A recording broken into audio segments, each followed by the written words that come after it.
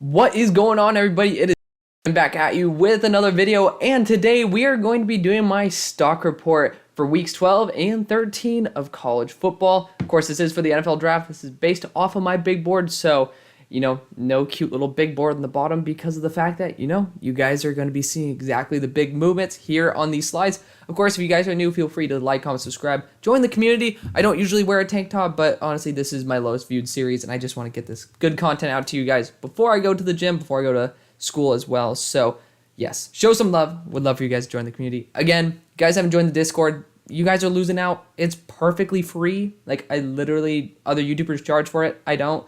Gonna be doing tape studies there. I would love for you guys to join and be able to enjoy the experience with me. I love talking to you guys, so randomly if I'm bored at night, I will do a tape study with you guys because it's just fun. So again, it's perfectly free. You're the only one losing out on it because I would just absolutely love for you to be there, but it costs you nothing. So definitely join. Let's go into the stock up for this week. Will Levis, yes, Will Levis is going up. It's weird. So Kenny Pickett had a lot of faults to him, right? There were definitely some things where I was like, I'm not so sure. But I will just say that Will Levis has a very similar feel to him. Not to Kenny Pickett, but when you see some of these throws and you're like, that's translatable. Like, I could see an NFL starter throwing those passes. Like, the accuracy on some of these balls are incredible. And it's in stride. Like, he does flash amazing potential.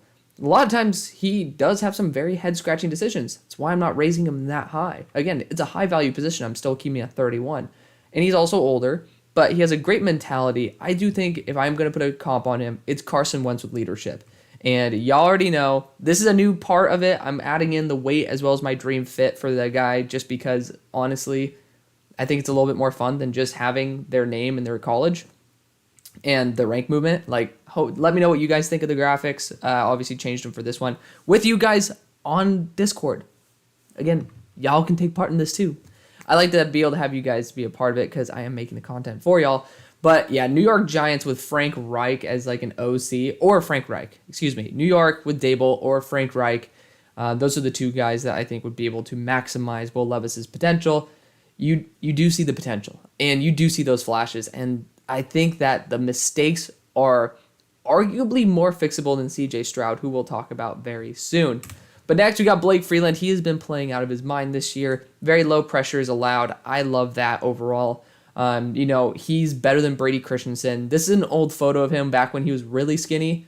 I think he came in at like 265 as a tight end / tackle hybrid. So being able to see him get up to 305, it's nice to see that he can add muscle to his frame. And he's a very good player. A little bit light. Again, 300 pounds at 6'8" is a little bit different than 300 pounds at 6'3", right? So he is a little bit on the thinner side, but he's already shown the ability to add weight. I think he continued to do so at the next level. Obviously, not a crazy amount of rank movement. I just think that, I want to shout him out because he deserves one. Rams, probably my favorite spot for him overall. I would love to see him there because, again, you need something stable there in LA, and that'd be a good spot to go. Bralen, Trice, or Trice. I believe it's Trice. I'll randomly say Trice, so I do apologize for that. I used to have a buddy whose last name was Trice. So Bralen, he has been absolutely phenomenal. He has had almost a 30% pressure win rate or just block win rate.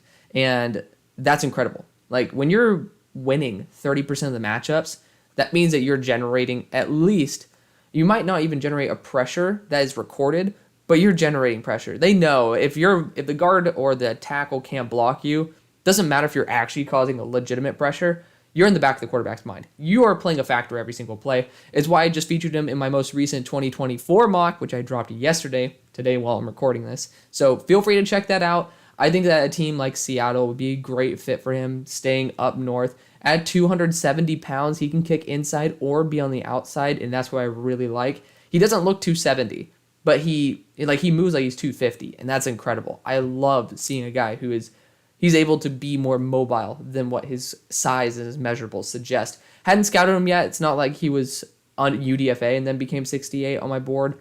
Just that is the way it is. We're still scouting through guys. The tape's not there for everybody, so we're just bringing them in, and that's why I have this series too, to show you guys who I've been watching. And I mean, actually, he hasn't been fully scouted yet, but I have seen him on tape. That's why I really wanted to give him a shout out. Statistically, this guy's off the charts. Should be much higher, but I think he's going back. Anthony Richardson is next. 33% completion percentage kept me from moving him up into the top 40. He was supposed to go to number 40, but I moved him down to number 50. Again, 33% completion percentage in that final game. You got to do a little bit better than that. A little bit better.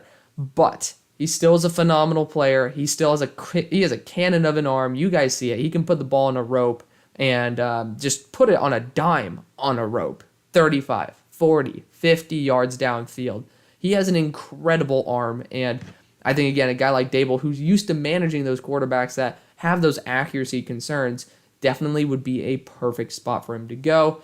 I think that's everybody probably thinks that that's the perfect fit just because Dable's there.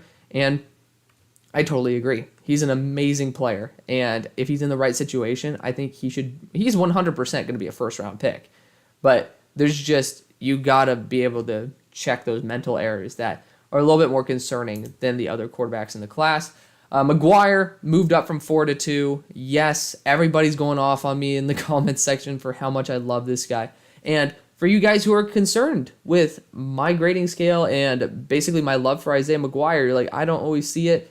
And again, that's the beauty of this, is the fact that you and I could watch something totally different and we the exact same, but we come away with totally different perspectives. And that's understandable, and that's okay. Now, one of us is going to be right, one of us is going to be wrong, both of us could be wrong. But that's why I want you guys to join the Discord. Message me, say, hey, want to rewatch Isaiah McGuire? Let's go for it. I'm fine being proven wrong. I mean, the worst thing for me to do is be arrogant and stick up for something that is not true, right? So if you guys really want to do it, jump in the Discord, hit me up, we'll get going to it. But I think a team like the Bears, where you can just get somebody who can, I feel like he'd fit that Khalil Mack role so well. That's exactly where I want him to be. But huge fan of Isaiah McGuire. Again, I hope that we can just continue harassing him to come onto the show. He's already liked one of the tweets, so woot woot. But, we sent out 2 attempts, gotten no response yet. And that is A-okay.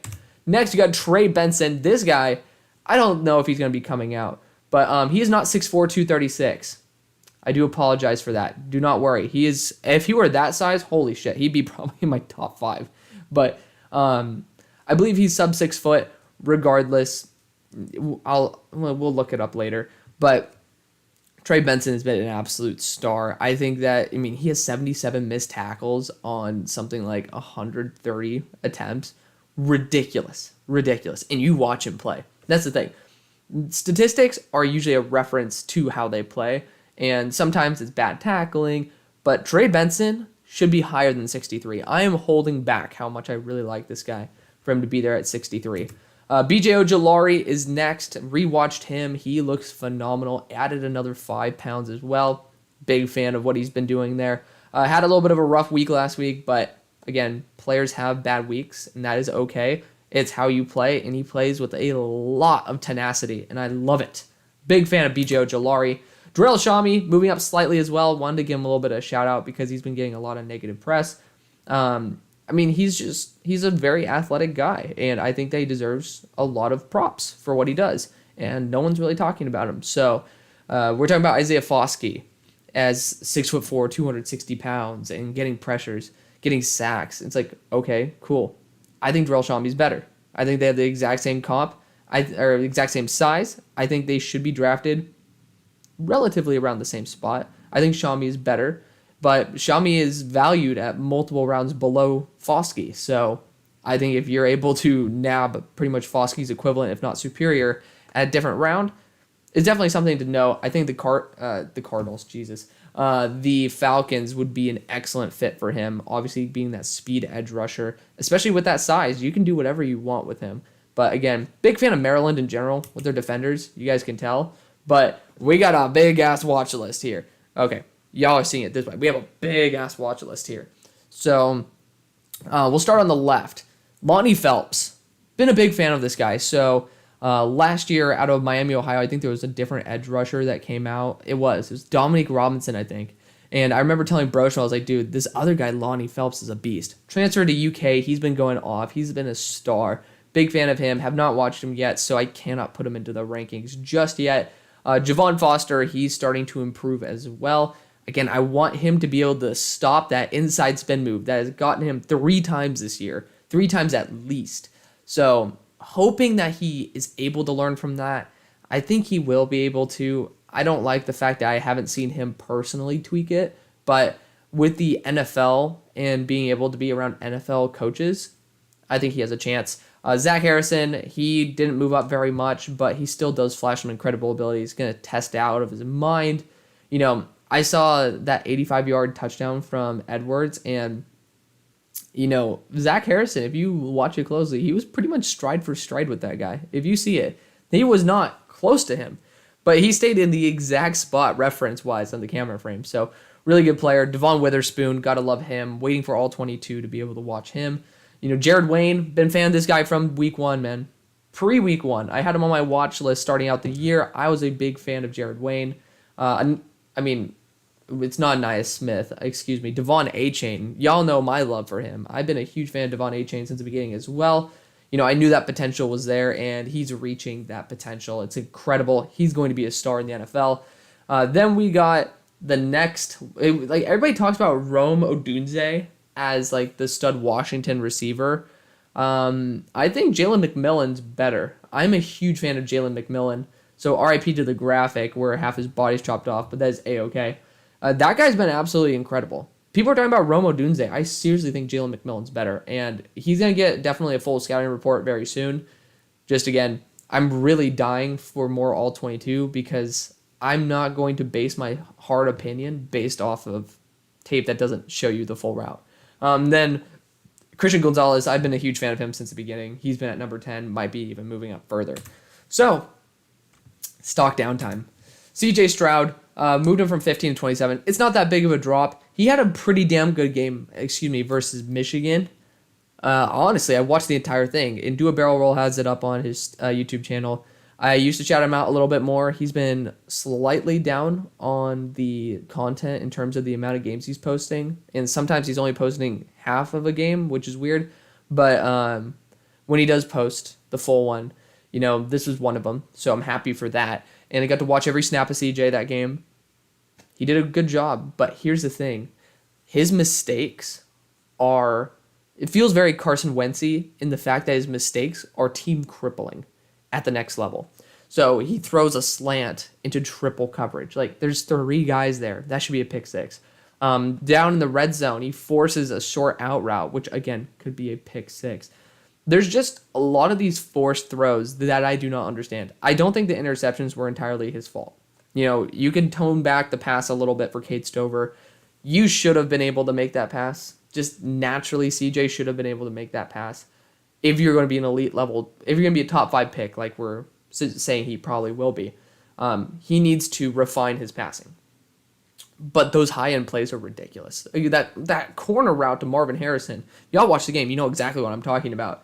Thing of beauty. Like, that might be the best throw all year. Like, tightest window you could find. And then down the sideline, he also threw one to Marvin Harrison, and it was, like, incredible. Absolutely incredible. So, again, CJ Stroud's not bad, but he has, I mean, his heights are sky high. I'm just legitimately concerned, why the hell are you throwing these poor passes? Like, it's the gap between the high and the low is way larger than even Will Levis, because of the fact that it's like, dude, this is a mental problem. Like, this is something where you're literally forcing a ball. Like, why are you even throwing it? It doesn't even make sense. There's no logic. You're forcing a slant into triple coverage when your guy never was open for his second. So I genuinely believe that CJ can get that fixed, but it's a lot harder to fix. Like, that's like a muscle memory. That's mind muscle memory being the mistake. Not slipped up. Like, no, that feels like a legit, I didn't even process what the hell just happened issue. So that's my big concern with CJ. It's been my concern with CJ quite a bit. It's like, why? So, again, you have like pretty much 5 first-round quality receivers that you've played with. You've never beat Michigan once in your career. Don't remember when that happened. And honestly, there's not many spots where Michigan is even better than Ohio State. So I'm genuinely concerned for CJ Stroud's future in the NFL. If you're not winning with the most fully loaded roster, arguably in college, maybe not, definitely in the Big Ten, then what are you going to do at the next level? And like, I know a lot of people think he should be making the playoff probably based off of what happens, but I'm genuinely concerned the fact that this guy has not made the playoff either. I mean, Justin Fields had some awful games, still pulled out W's. It's not like the teams got worse for CJ Stroud. So definitely got to bring that up into the factor. Like, again, other teams have gotten better too. I understand that. The competition has risen. But you do have to start wondering, why are you getting, like, I know the defense didn't hold up, but like, why are you getting destroyed here? Like, it just doesn't make sense. Why are you making these decisions? Does not make sense. But a team like the Colts, I think, would be a perfect fit. People are giving a comp to CJ Stroud like Jared Goff. Might not, I would say maybe an improved Jared Goff. But I don't really see much more than that. And that's my concern. That's why I have him there at 27. There are legitimate potential career-ruining issues with CJ Stroud. Myles Murphy fell from my one spot. He's just too inconsistent, man. He's a really damn good player, but like, he's always going to open up opportunities for other people. Broshmo calls him like a can opener. It's like he's always going to open it for someone else. And that's great. But I want someone who will create it for himself too on a very consistent basis. So, again, still an amazing player. I think a team like Detroit could absolutely love him. And I hope that, it's not like he can prove me wrong. I mean, I still think he's like one of the best players in the class. But maybe he should have been the number one pick, like based off of his talent. Like, I don't know. But again, really good player. I just can't continue sitting on this pedestal for him after this long. Bryan Bresee, man, I tell you, he's been disappointing to say the least. Like, extremely disappointing. The people who continue the narrative that Bryan Bresee is a god don't get it.